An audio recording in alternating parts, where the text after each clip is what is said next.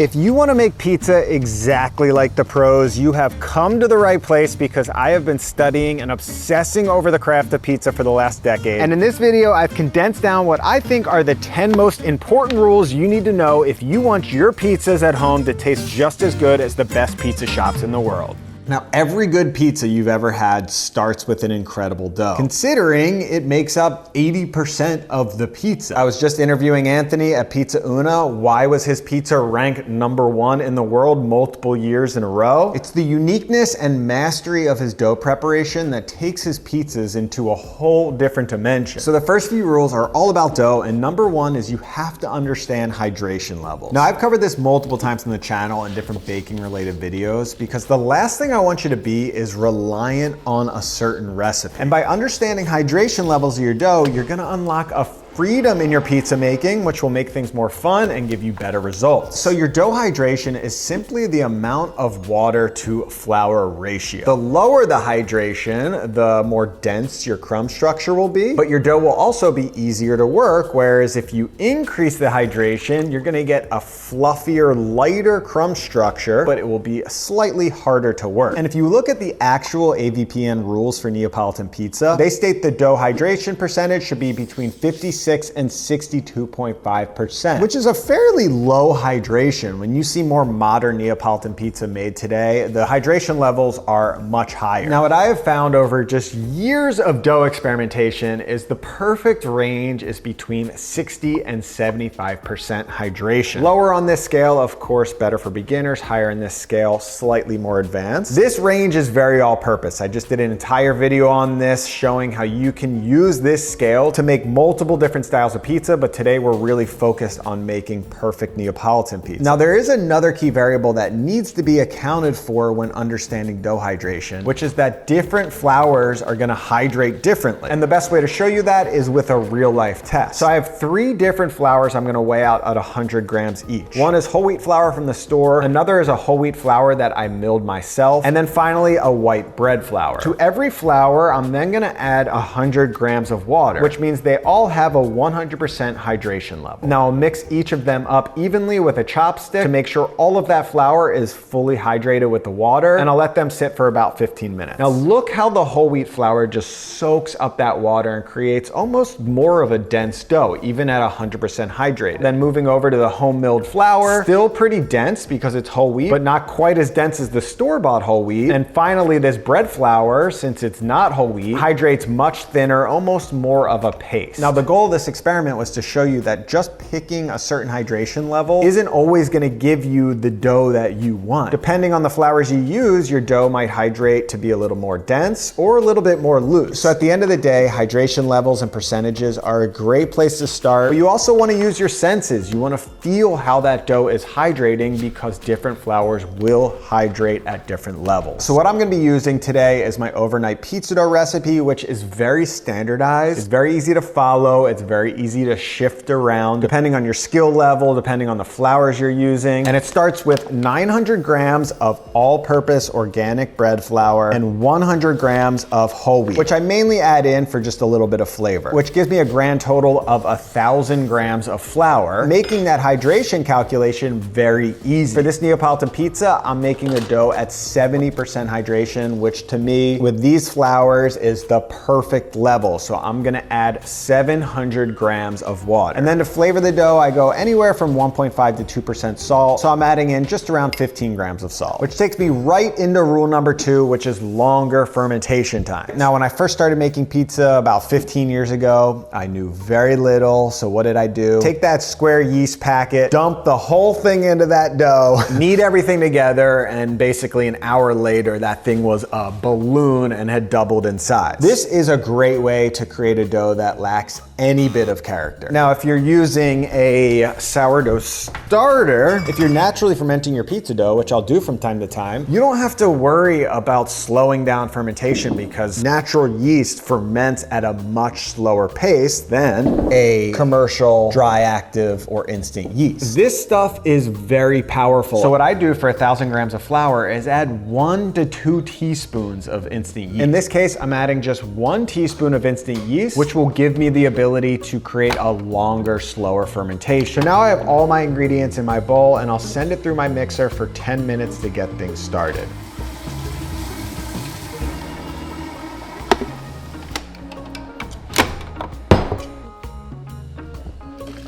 So after 10 minutes of mixing, I'll transfer the dough to my work surface. I'll give it a few stretch and folds and just let it sit for another 20 minutes. Then I'll do one final folding, and you can see here the dough's looking strong, it's looking nice and smooth. So I'll pop it in my 4-quart Cambro container so I can track exactly when this dough has doubled in volume. Now with just 1 teaspoon of yeast, this will generally take around 3 to 4 hours at room temperature. Or you can slow things down even more and put it in the fridge, which will take around 12 to 24 hours. And by slowing down the fermentation, that gluten network is actually gonna build on its own without you even doing anything. So not only do we get some more interesting flavors, but we're also gonna get a stronger dough. And you can see after a cool bulk rise in the fridge for about 16 hours, that volume has doubled. So it's time to form our dough balls, which brings me into rule 3. Now, most beginner pizza makers who don't have a lot of experience with dough, especially doughs that are slightly more hydrated, like this one at 70%, they get a little bit nervous because the dough is sticky and they start adding a ton of flour at this stage. But guess what your dough is gonna do with all that flour? It's gonna soak it up, it's gonna absorb it, which will then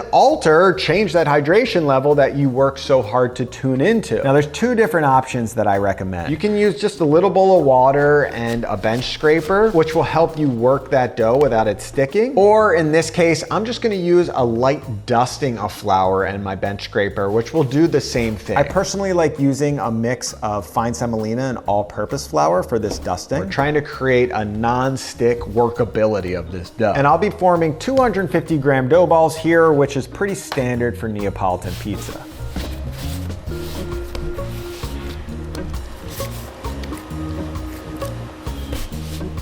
Now, once those dough balls are formed, I'm gonna place them in my proofing bin. Again, either a little bit of oil on the bottom or just a light dusting of flour. And now we have another decision. We can pop those dough balls in the fridge, let them cold proof for another 12 to 24 hours. I usually don't like going too far past that, where your dough becomes overproofed and much harder to work. Or if you're ready to make pizza, you can just let them sit at room temperature for about an hour or 2 until they are fully proof. So basically, the range for good pizza will be anywhere from a full day of fermentation to up to 3 days.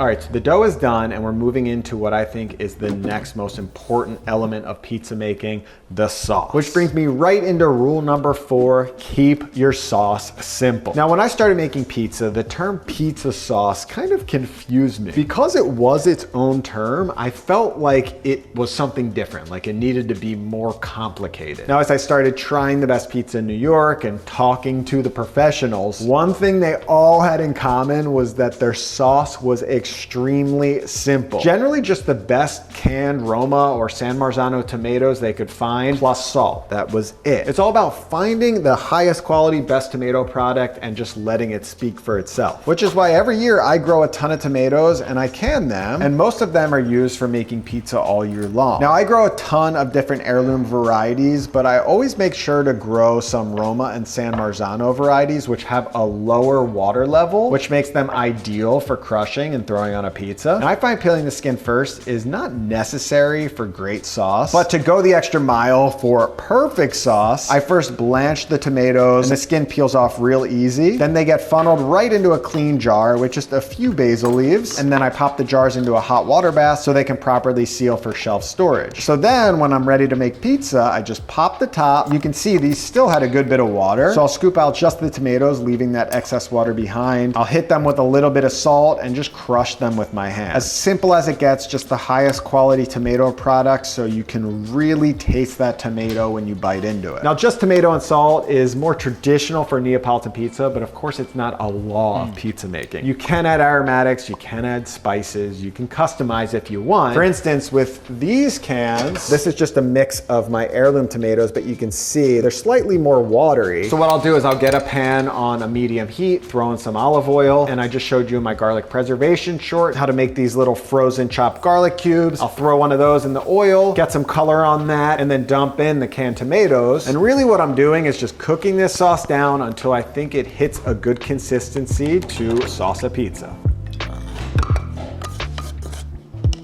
Now, if you want to make a professional level of pizza, of course you have to have a pizza oven capable of doing that. And unfortunately, that really was not accessible when I started making pizza about 15 years ago. I was stuck with the classic pizza stone in my oven that maxed out around 500 degrees. And you can get decent results that way. I would suggest a pizza steel if you're gonna go the home oven route and just crank your oven to max. But there's just no way to make a Neapolitan style pizza without a really high heat. So it wasn't until I got my first uni, which is the sponsor of today's video, that my whole pizza game changed. I couldn't believe for just a few $100 I was making pizza that actually tasted like it came from a brick oven, because I could finally hit those higher temps necessary, and I actually had a flame broiling the tops and sides of the pizza, which give it that distinctive appearance and flavor. And both of the past unis that I had were wood fired, which were great, but this is the new Uni Coda 2 Pro, which is gas powered. And although I lose a little bit of flavor from the smoky wood fire, I gain so much ease of use and control by having this gas powered oven. And it has a range from 320 degrees Fahrenheit all the way up to 950 degrees Fahrenheit, which gives me a ton of flexibility in what I can actually make in this oven. So for me, with 2 little kids running around plus a baby, having a gas powered oven has been essential for my lifestyle to continue making pizza on a weekly basis, which we're about to do right now. I've got this thing cranked up, it's preheating, the dough balls are ready to go, so I'm gonna start slinging some pizza.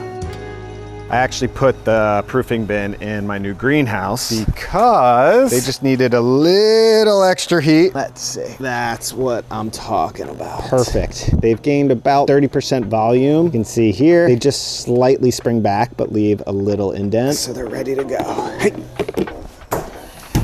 All right, so I could probably do an entire video just on techniques for forming, shaping pizza. I'm not gonna do that. I've tried to condense it into what I think are the 3 most important rules for great pizza, but I might throw in some additional tips here and there, like this thing.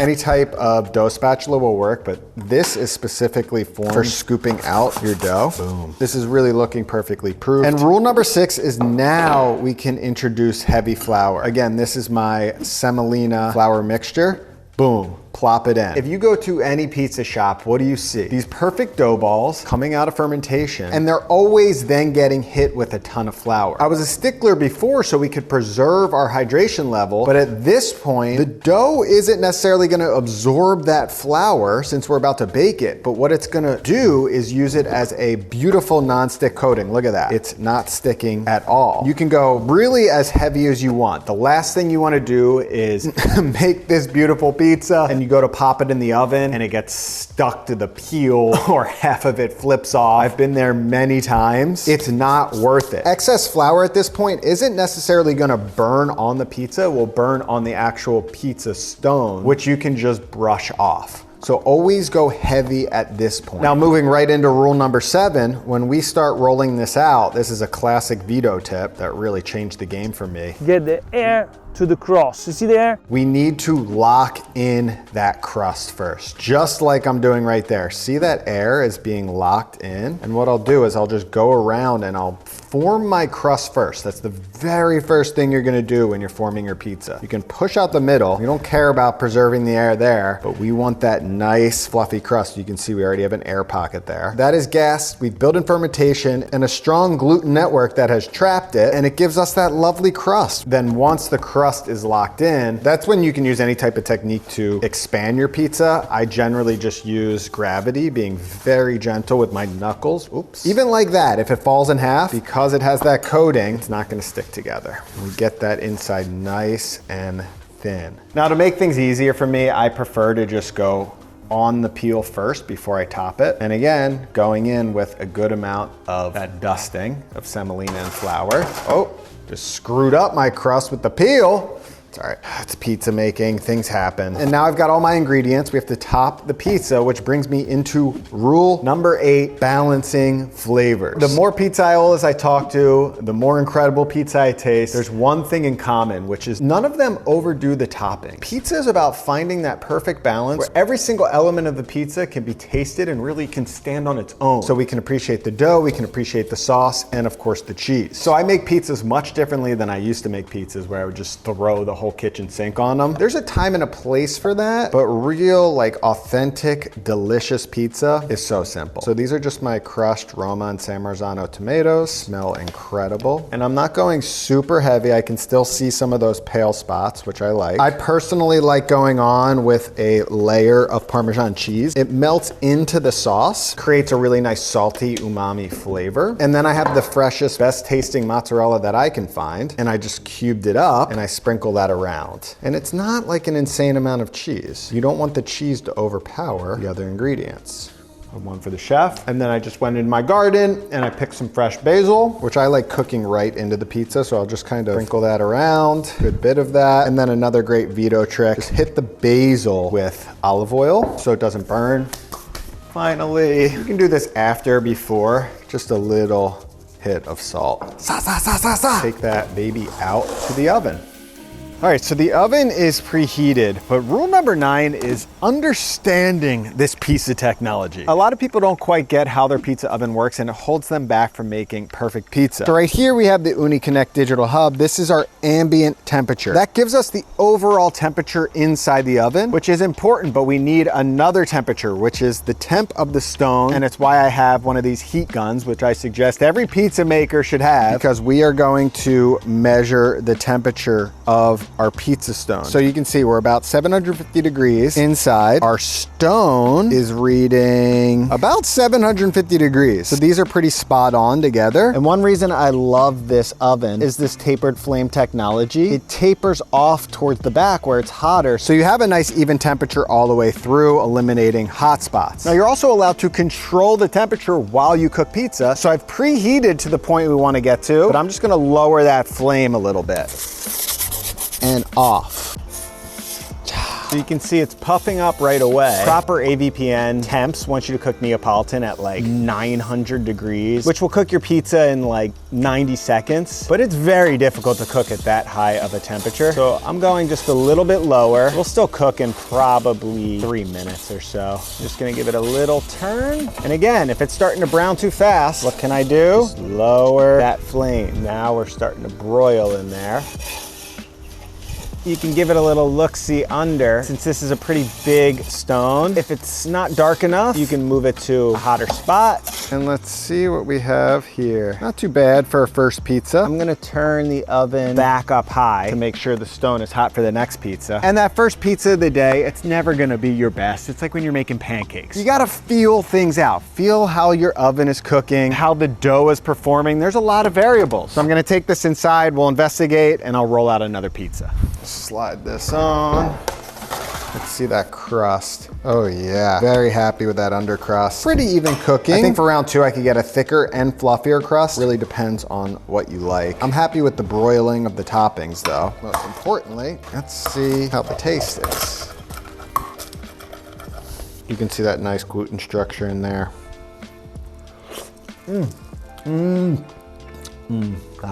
Never gets old.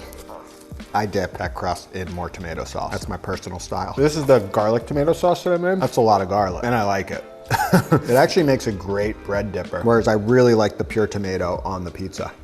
And that brings me into my final rule of pizza making, which is you can always improve your pizza skills. I mean, I just interviewed Anthony, who's got the best pizzeria in the world. He's been making pizzas for like 4 decades. There's days where I'm here and people see us and I'm just like, oh, I just want to be done with this and go home and pretend tonight never happened and tomorrow will be better. Still isn't always confident, still always seeking perfection. And that's what pizza brings out of me and why I think I love it so much. And I'm still obsessed with pizza many years later. It really just brings out this quest to improve and to get that perfect bite. And when I taste this one, I mean, the flavors are perfect. I think I can improve a little bit on the forming of it and the baking of it. So I'm gonna give it another go.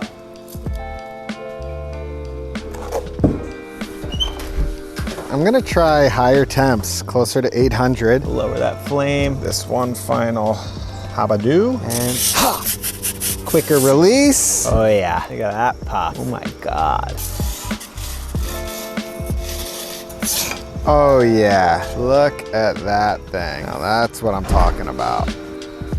So there you go. I definitely improved what I wasn't happy with. Probably because I wasn't focused on filming so much. Ha! Oh yeah, the crispiness is insane. I just got a much better crust. I actually like the cheese slightly less broiled on this one. I mean, that's what I'm talking about with the crumb. We've improved. Rule number 10, accomplished. Keep getting better, keep making more pizza, and I'll see you in the next one.